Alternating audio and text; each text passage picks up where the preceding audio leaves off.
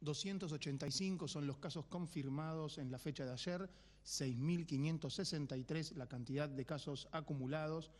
De los 285, el 94% se detectaron en la Ciudad Autónoma de Buenos Aires y en la provincia de Buenos Aires.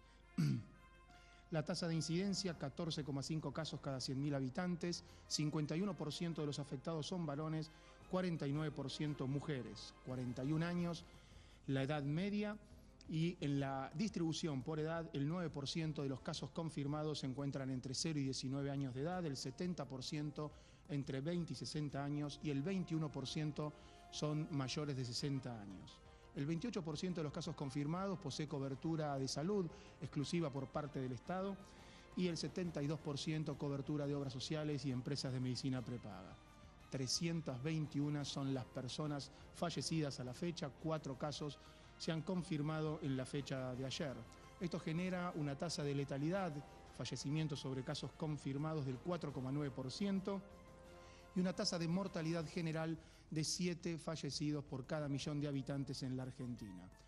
En esta situación final, lamentable para todos, el 60% son varones, el 40% son mujeres y la edad media es de 76 años. 14,2% tiene un antecedente de viaje, 45,3% se encuentra con un contacto estrecho con un caso confirmado de coronavirus y el 29,3% se encuentra producido en un área de transmisión comunitaria. 22 son las provincias que han confirmado casos, se mantienen sin casos Formosa y Catamarca, solo casos importados en La Pampa y sin casos en los últimos 14 días las provincias de Jujuy, San Juan, San Luis, La Pampa y Santa Cruz. 147 pacientes internados en unidades de terapia intensiva. 2.266 ya han logrado estar de alta, retornar a su vida fuera del establecimiento de salud, representa un 34% de los casos confirmados. Han sido descartados más de 68.000 casos, específicamente 68.926, el 99% por examen de laboratorio negativo, un 1% por no cumplir criterio epidemiológico de la definición de caso sospechoso. Desde el punto de vista laboratorial, en nuestro país se han superado los 90.000 test, estamos en 90.474 test de PCR, reacción en cadena de polimerasa, 2.927 han sido realizados en las últimas 24 horas y se logra una cifra de 1.993 test por millón de habitantes. Esto en una red de 314 laboratorios a nivel nacional, demostrando la descentralización de las capacidades diagnósticas y un porcentaje de positividad que actualmente es de 8,76%. Nuestro país ha generado una modificación a partir del análisis de la situación epidemiológica, la búsqueda de la detección precoz de casos sospechosos en distintos ámbitos y a partir de ahí, a partir de las conversaciones, según los datos recibidos desde las provincias y con el pensamiento de la decisión desde la Dirección Nacional de Epidemiología, el Ministerio de Salud informa que la definición de caso sospechoso cambia en algunos aspectos. Se mantiene la fiebre de 37,5 grados junto a la presencia de tos, dolor de garganta, dificultad respiratoria o la presencia de una alteración del gusto o del olfato. Esto siempre asociado a un antecedente en los últimos 14 días de haber visitado el país, cosa que ahora por la restricción de viajes se viene reduciendo, o estos mismos síntomas, fiebre junto a, en el caso de residir o haber estado en una área de transmisión comunitaria o local en conglomerados, es el primer criterio de definición de caso sospechoso. El segundo criterio lo que agrupa es a todo el personal de salud o personal esencial, incluidas las fuerzas de seguridad, fuerzas armadas en este caso, aquellos residentes o el personal de un establecimiento o comunidad cerrada, como puede ser una penitenciaría, una residencia de adultos mayores, un establecimiento geriátrico, o los habitantes de un barrio popular o de una comunidad originaria, definiendo el barrio popular como aquellos barrios en el cual el 50% de la población no tiene un título de propiedad y además hay dificultad para el acceso a 2 o más servicios. En este caso, personal de salud esencial, comunidades cerradas, barrios populares, comunidades originarias,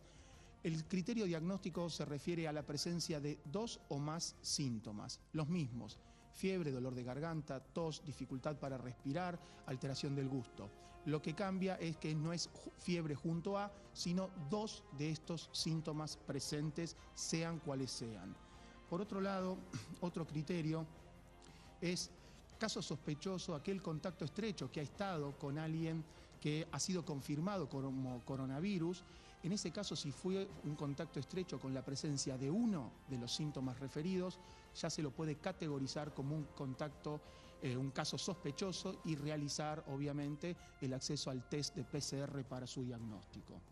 Como antes veníamos determinando, si hay una alteración del gusto o del olfato de reciente comienzo de causa no explicada, en ese caso se promueve el aislamiento y la PCR al tercer día. En aquellos lugares donde hay transmisión comunitaria de coronavirus, si hay un diagnóstico de neumonía con una situación que no puede ser detectada como etiología, también se lo sospecha. Y si hay una infección respiratoria aguda grave, sin etiología, en un ámbito donde no está circulando el virus, también sospechar coronavirus. A nivel mundial, ya se han superado los 4 millones de casos, como decíamos, 4.088.000 a nivel mundial, 82.590 casos en las últimas 24 horas. América representa el 42% de los casos totales, con 1.748.000 casos, y en el mundo hay unas 283.153 personas fallecidas, América 104.000, representando el 37% nuestro continente. Muchas gracias. 147 personas en terapia intensiva, 34% de las personas que confirmaron tener coronavirus se han recuperado, más de 1.900 test por millón de habitantes, y ese porcentaje de positividad promedio que está subiendo, que es 8.76%, y cuando uno lo analiza día a día, en el día de ayer superó el 10%, es el motivo por el cual hace unos días estamos trabajando con las epidemiologías de todo el país, de las jurisdicciones, en sensibilizar la definición de caso y en abordar de manera particular la definición de contacto estrecho y de la definición de caso en contacto estrecho, sobre todo en los lugares donde la dinámica de transmisión es diferente, donde es mayor, como comentaba el doctor Costa, en relación a las comunidades cerradas, los pueblos originarios, los geriátricos, los barrios populares y los contextos de encierro. En ese sentido, lo que se busca es seguir trabajando en la detección precoz, el diagnóstico y el aislamiento precoz también, para minimizar la transmisión, sobre todo en esas situaciones particulares. El otro concepto importante que queríamos compartir en el día de hoy, en función de muchas consultas y de muchos comentarios, es que, como decimos siempre, seguimos en aislamiento social preventivo obligatorio hasta el 24 de mayo. Las actividades que están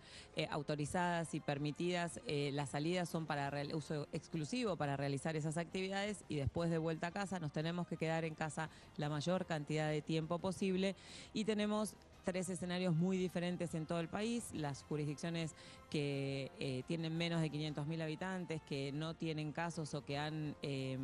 podido controlar la situación, ya han reiniciado en forma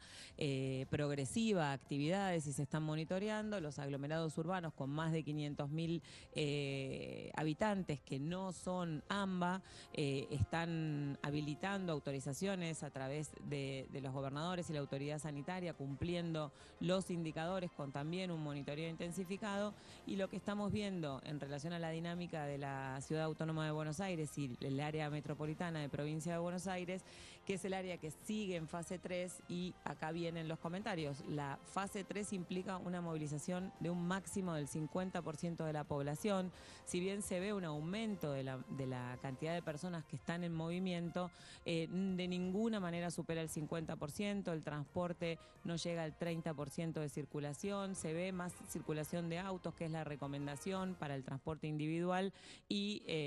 los embotellamientos se ven porque hay controles en el ingreso a Ciudad de Buenos Aires para poder estar seguros de trabajar en ese sentido. El transporte público tiene recomendaciones específicas y está autorizado en forma interurbana solo para el personal esencial, y las salidas que se están realizando con las medidas medidas de prevención y en relación al uso de tapabocas, al lavado de manos y al distanciamiento físico. Renovamos la recomendación muy enfática en relación a cómo cada uno de nosotros, cada una de nosotras realice esas salidas de manera individual, con esa prevención, que es lo que va a determinar que en este contexto, con este desafío, podamos tener la opción de continuar esta minimización de la transmisión del virus. Así que en cada jurisdicción, en función de su situación epidemiológica, las recomendaciones y el desafío para esta situación específicamente, y de vuelta para cada uno de los ciudadanos y las ciudadanas, en función de donde resida, saber cuál es la situación epidemiológica, cuáles son las recomendaciones y cuáles son las medidas implementadas. Bien, ahí estaba entonces cómo está el COVID-19 hasta ahora. Los casos más importantes se están dando dentro de los barrios más humildes, insisto, de Buenos Aires y el conurbano. Bueno, y se están empezando a tomar medidas más drásticas en ese sector de hisopar mucha gente para saber cuáles son los que están enfermos, aislarlos, para sacarlos, controlar la situación, controlar la situación, que es para que no se desmadre, obviamente. Así es, Marcelo.